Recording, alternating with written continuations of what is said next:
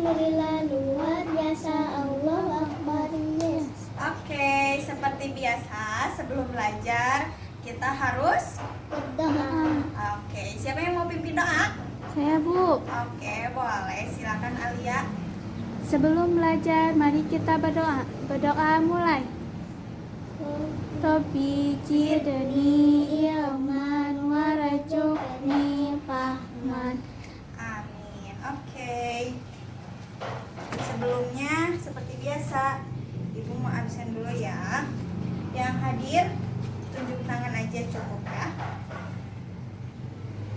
Adha, Aira, Akbar, Alia, Iya. Angga, Cynthia, Dimas. Dimas kemana ya? Ada yang tahu nggak Dimas kemana? Sakit. Sakit apa? Katanya panas sama menggigil. Oh, kita doain ya, semoga Dimas bisa cepat sembuh dan bisa kembali lagi sekolah sama kita. Amin. Oke, Fadil, Gesa, Ifari, Juliani, Nazwa, Rahma, Raihan, Safira, Sony, Suci, Rena, Wulan. Oke, hadir semua. Tadi yang nggak hadir cuma Dimas aja. Semoga bisa cepat sembuh. Anak-anak masih ingat nggak pelajaran yang kemarin apa? Ingat, Bu. Apa coba? Tentang menyayangi nabinya dan rasul. Iya. Kemarin inti dari pembelajaran itu apa sih sebenarnya? Jadi tentang cerita mukjizat Nabi. Iya. Coba sebutin satu. Coba Alia tolong sebutin.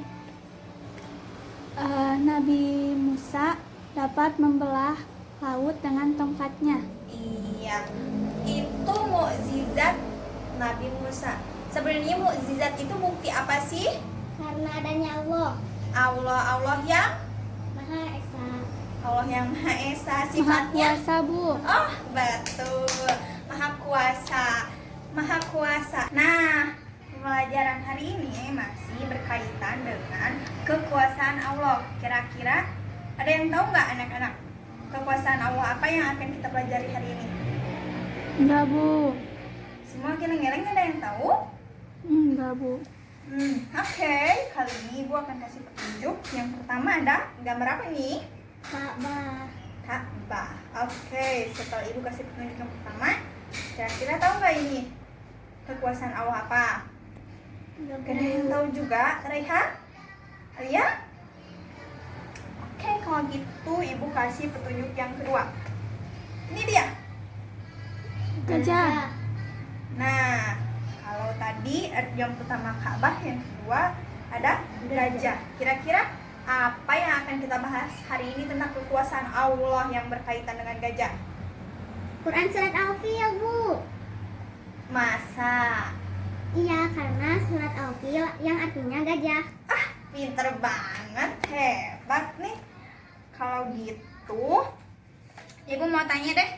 Tadi Safira udah ngejawab kalau pelajaran yang akan kita pelajari hari ini adalah tentang Al-Fil. Al-Fil itu tadi artinya adalah Gajah. gajah. Kira-kira ada yang tahu nggak? Al-Fil ada berapa ayat? 5, Bu. Pinter. Udah pada hafal belum sih? Udah, Surat Bu. Al-Fil udah pada hafal belum? Udah. Ada yang udah hafal, ada yang belum. Kalau gitu semuanya boleh buka bukunya halaman 60. Di sini halaman 60 sampai dengan halaman 64. Di situ ada bacaan surat Al-Fil. Yang ini aja, yang 66. Nih, semua buka ya halaman 66. Ya. Terus nanti kita baca sama-sama surat Al-Fil. Udah siap? Semuanya udah? Oke, kalau gitu kita baca sama-sama yuk. Di 1, 2, 3. A'udzubillahi minasyaitonirrajim. Bismillahirrahmanirrahim. Alam taro kaifa fa'ala rabbuka bi ashabil fil. Alam yaj'al kaidahum fi tadlil wa arsala 'alaihim tayran ababil tarmihim bihijaratin min sijil faja'alakum ka'asfin ma'kul. Alhamdulillahirrabbilalamin. Ternyata semuanya udah banyak yang hafal. Nah, yang belum hafal nanti kita belajar sama-sama lagi ya. Nah, sebelum kita menghafal atau teman-teman yang lain menghafal, nah sekarang ibu mau ceritain isi kandungan surat apa tadi? Al-Fil. Oke. Ada yang tahu nggak ceritanya sebetulnya seperti apa? Ada yang udah dengar nggak ceritanya? Belum, Bu. Ada yang udah dengar belum? Belum. Oke, kalau gitu sekarang ibu mau ceritain ya. Nah, pada zaman dahulu Ka'bah adalah satu tempat yang sangat ramai. Ka'bah ini terletak di kota Mekah. Karena dulu Mekah adalah pusat perdagangan, jadi banyak orang-orang yang datang ke Mekah dan juga banyak yang beribadah di Ka'bah. Nah, sampai pada satu hari terdengarlah kabar tentang keramaian yang terjadi di kota Mekah itu kepada raja yang ada di Yaman, yaitu raja yang bernama Abraha. Nah, Raja Abraha itu merasa iri dan dia sirik karena melihat kota Mekah sangat ramai dikunjungi oleh banyak orang. Nah, dia menyuruh pasukan atau orang-orang kerajaannya untuk membuat gereja yang besar. Ada yang tahu nggak kira-kira apa tujuan dari si Raja Abraha itu untuk membuat gereja yang besar itu? Ada yang tahu nggak? Ya, Bu. Jadi Raja Abraha membangun gereja yang besar itu untuk menyaingi Ka'bah agar orang-orang datang ke kota Sa'an dan mengunjungi gereja itu. Tapi semakin hari ternyata kota Mekah tetap ramai saja. Ka'bah banyak dikunjungi oleh banyak orang dan gereja yang dibuat oleh Raja Abraha itu sepi, tidak ada yang mengunjungi. Raja Abraha menanyakan kepada pengawalnya, bagaimana kondisi Mekah? Katanya masih ramai. Terus apa banyak orang yang datang ke gereja kita? Tidak. Nah, mendengar hal itu, Raja Abraha kesal dan menyuruh pengawalnya untuk berperang. Nah, Raja Abraha meminta para pasukan dan pengawalnya untuk menyerang Mekah agar kota itu hancur, Ka'bah itu hancur dan tidak ada lagi orang yang datang ke sana, dan akhirnya pindah ke mendatangi gereja yang tadi dibuatnya. Nah, keesokan harinya si Raja Abraha itu menyuruh pasukannya dan gajah-gajah untuk menyerang Mekah.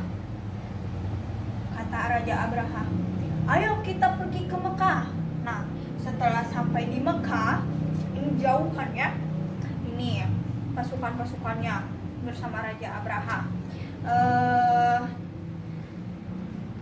Orang-orang itu ketakutan dan si Raja Abraha merampas harta benda dari warga-warga yang ada di Mekah, seperti unta. Salah satunya adalah unta kepunyaan dari kakek Nabi Muhammad. Siapa? Ada yang tahu nggak nama kakek Nabi Muhammad?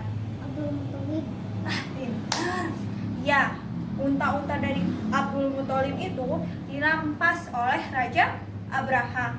Lalu mengetahui hal itu, Abdul Muthalib menghampiri Raja Abraha.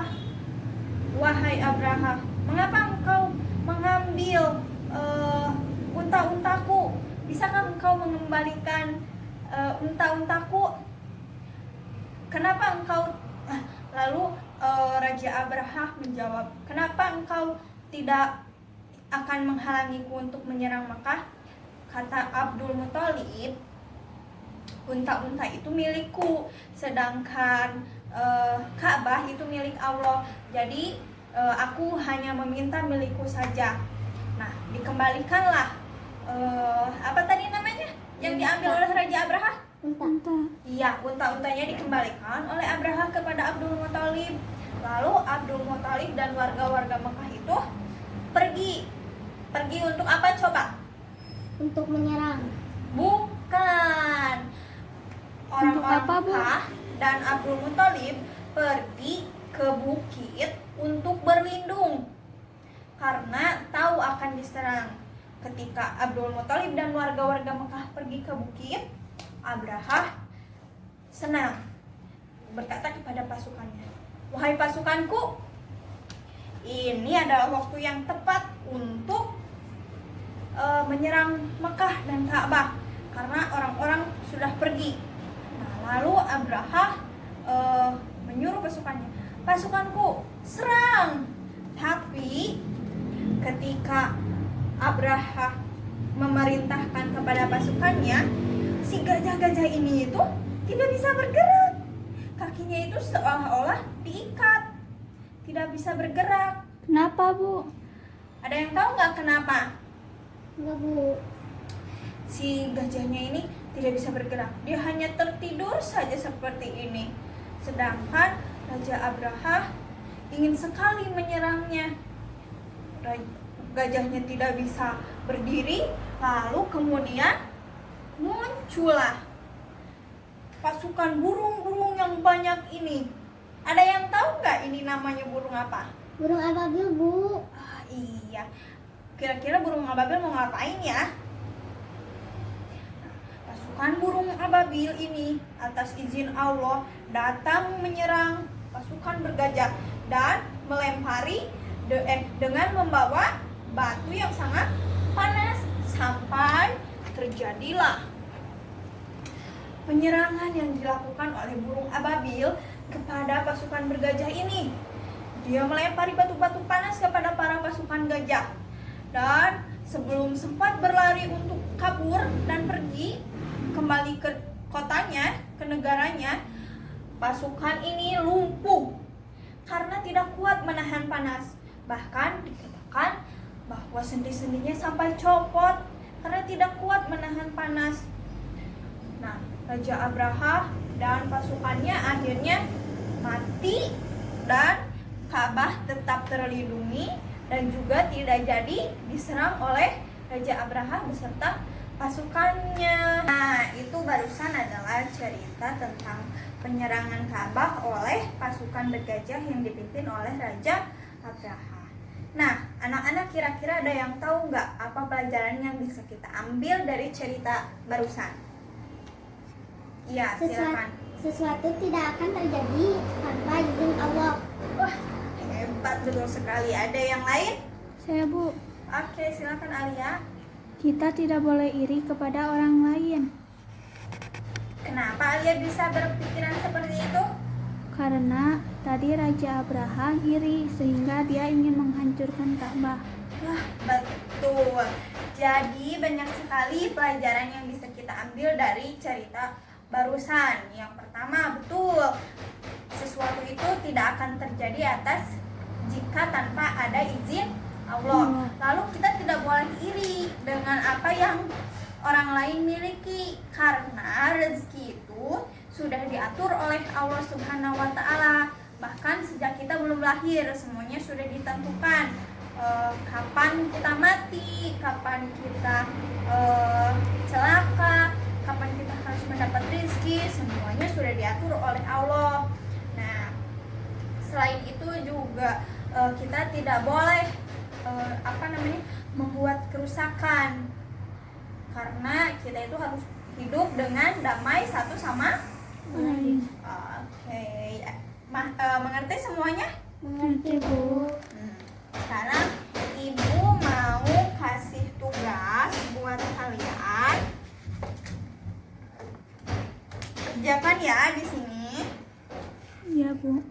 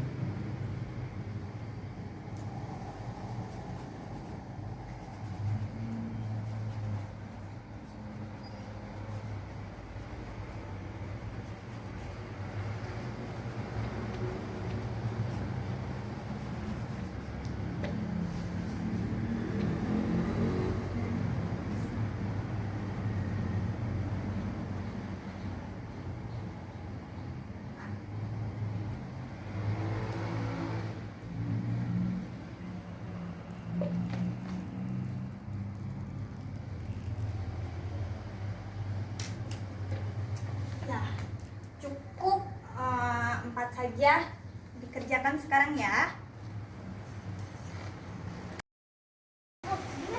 Nah, karena tadi semuanya udah mengerjakan dan jawabannya semuanya hampir sudah bisa, Ibu bangga sekali kalian ternyata memperhatikan pelajaran dan juga bisa menjawab.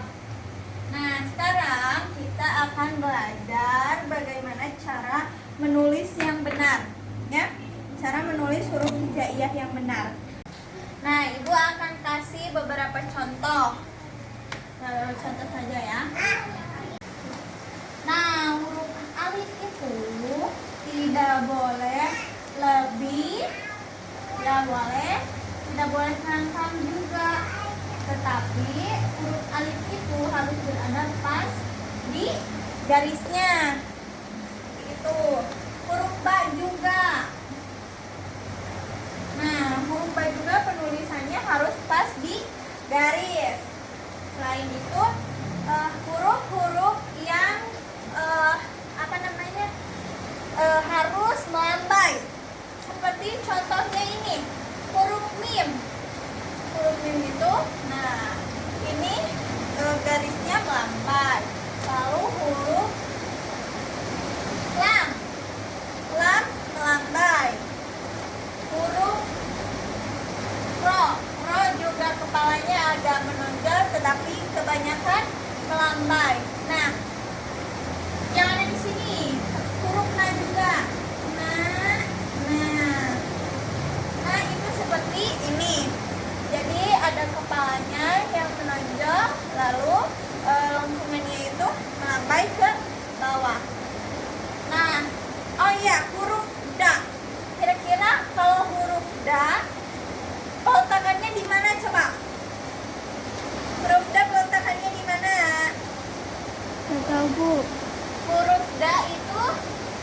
tulisannya tepat di garis, jangan sampai keluar seperti ini. Oh, begitu, Bu. Iya. Nah, anak-anak ibu udah contohin beberapa. Anak-anak nanti praktekkan di rumah dengan tugasnya adalah menyalin surat Al-Fil. Tugasnya di sini di buku ada pada halaman 67. Nih, anak-anak tulis kembali di buku surat Al-Fil dari ayat 1 sampai ke 5 dengan penulisan yang benar. Jadi nanti harus pas, kan di buku ini ada garis-garis seperti ini. Nah, nanti penulisannya misal di sini Bismillah. Nah, ini nanti menulis ayat pertamanya di garis yang ketiga. Nah, jadi dilewatin ya supaya rapi. Nah, itu anak-anak tugasnya dari ibu. Itu saja pelajaran hari ini. Kita cukupkan sekian. Semoga apa yang tadi kita pelajari anak-anak bisa pahami dan juga anak-anak bisa amalkan dalam kehidupan sehari-hari ya. Nah, untuk pelajaran selanjutnya anak-anak perbaiki lagi bacaan surat Al-Filnya. Hafalkan untuk yang belum hafal ya. Nah, untuk pelajaran hari ini kita cukupkan sekian. Sebagaimana biasa, kalau sudah belajar kita harus Berdoa. Oke. Nah, sekarang siapa yang mau pimpin doanya? Saya, Bu. Oke, Alia, silakan Alia pimpin doanya. Sebelum pulang, mari kita berdoa. Berdoa di dalam hati, mulai.